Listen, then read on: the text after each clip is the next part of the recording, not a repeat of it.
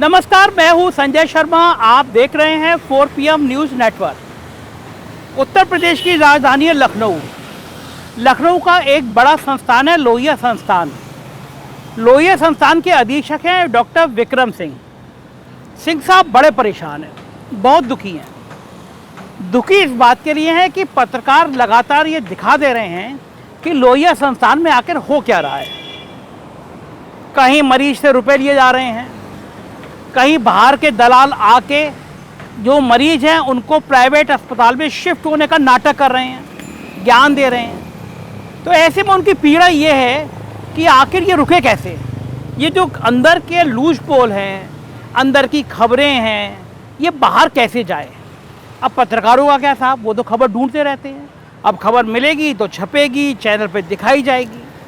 तो साहब उन्होंने एक आदेश जारी कर दिया और सिक्योरिटी को जारी कर दिया कि भाई सिक्योरिटी वालों, अंदर जो है वो पत्रकार कवरेज करने के लिए नहीं आएगा। ध्यान रखना, अगर पत्रकार कवरेज करने के आ गया तो तुम्हारी फिर हालत ख़राब हो जाएगी। इस टाइप का आदेश कर दिया। उनको लगा कि ना नौमन तेल होगा और ना राधा नाचेगी। जब पत्रकार अंदर आएंगे ही नहीं तो भला खबरें कहाँ से आएंगी। तो साहब का फरमान जारी हो गया।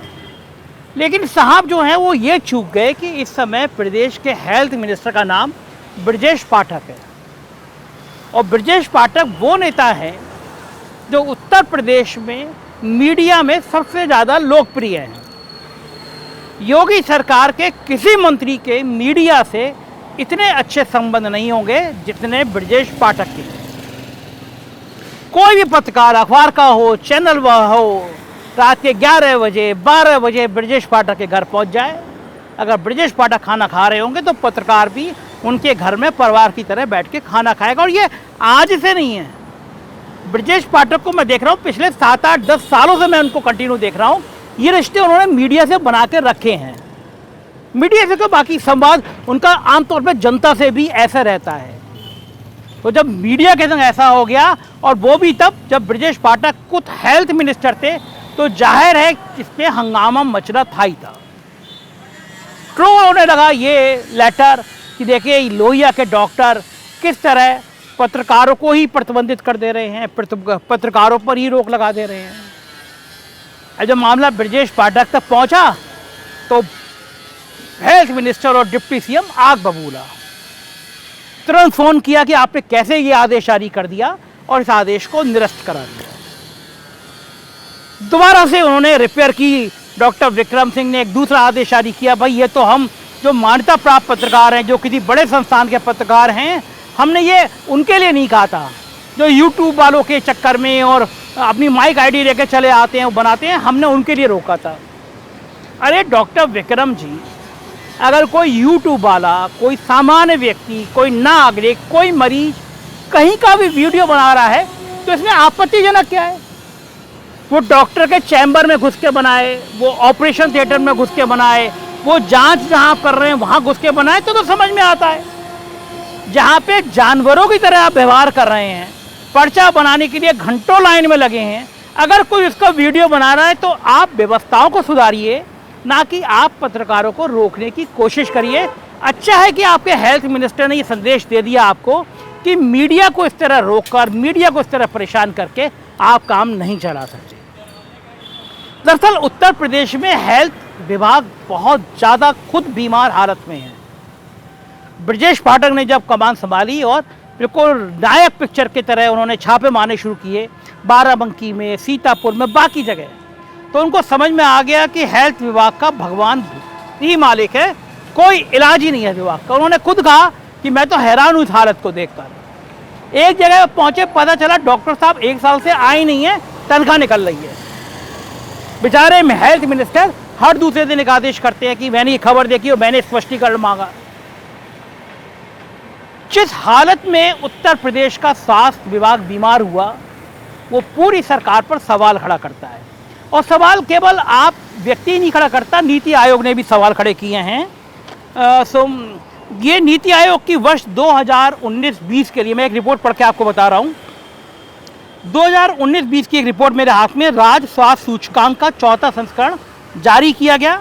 इस रिपोर्ट के मुताबिक ओवरऑल परफॉर्मेंस के मामले में केरल सबसे आगे है और यूपी सबसे नीचे है।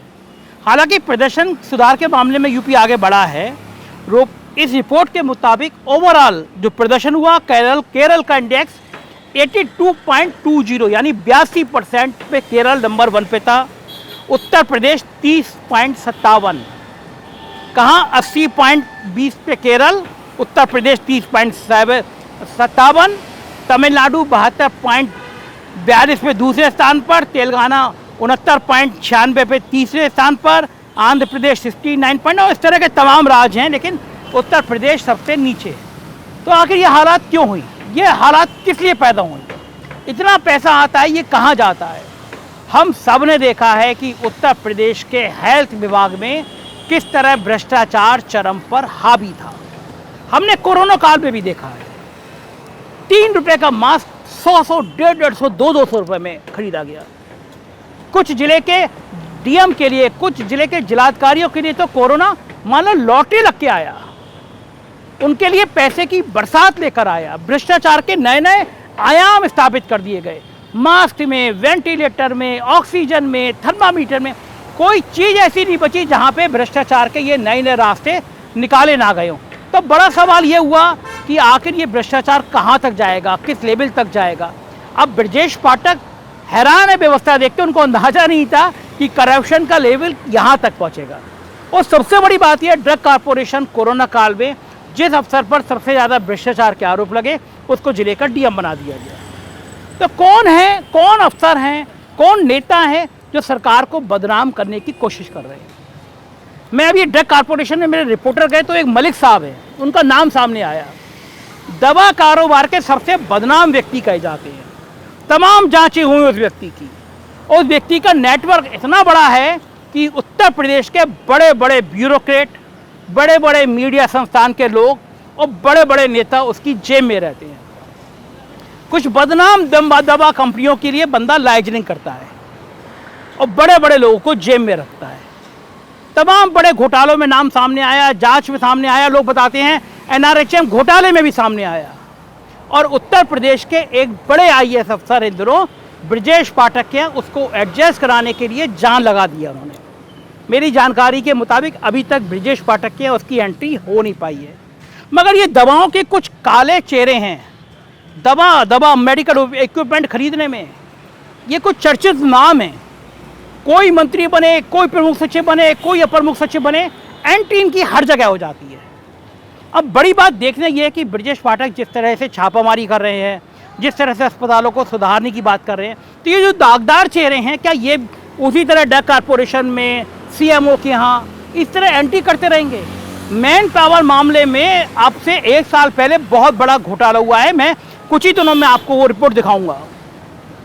जिले के सीएमओ ने कोटेशन के आधार पर एक ही कंपनी को ना जाने कितने जिलों में मैन पावर के लाखों करोड़ों के काम दे दिए। ये सब ऑन रिकॉर्ड है, कागज पे है। मगर होता क्या है, जब जांच आप खबर छापते हैं, जांच शुरू करते हैं, तो जांच उन्हीं भ्रष्ट लोगों पर पहुंच जाती है, मामले को दबाने की कोशिश करते हैं। अफसर सच्चाई जानने की जगह इसी तरह पत्रकारों का प्रवेश ही रोक देते हैं, जैसे लोहिया संस्थान में रोक दिया गया। लेकिन मुझे उम्मीद है, मुझे योगी सरकार पार्ट 2 में उम्मीद है कि हेल्थ मिनिस्टर ईमानदार है, तेज तर्रार है, तो कम से कम इस तरह के घोटालेबाज, इस तरह के बेईमान लोगों को मैसेज देगा, पकड़ेगा। और साथ साथ एक खुला मैसेज जिस तरह अभी ब्रजेश पाठक ने दिया है, ये देगा कि पत्रकारों को रोकने से काम नहीं चलेगा। तुम अपना चेहरा ठीक करो, तुम अपना आचरण ठीक करो, मरीज को भगवान मानो, मरीज की सेवा करो। और ये कर पाए तो निश्चित रूप से सरकार का अच्छा संदेश जाएगा। जाना भी चाहिए मरीज बेचारा किस हालत में आता है और आप उसके संग ये शोषण करते हैं। मुझे लगता है ये पहल रुकेगी और आज लोहिया संस्थान के डॉक्टर विक्रम सिंह को समझ में आएगा कि नंबर गलत डायल हो गया, अब दोबारा से ऐसी गलती नहीं करेंगे। और करेंगे तो हम बताते रहेंगे। आप देखते रहिए 4PM न्यूज़ नेटवर्क। यही चैनल है जो सच और सिर्फ सच बताएगा। Thank you.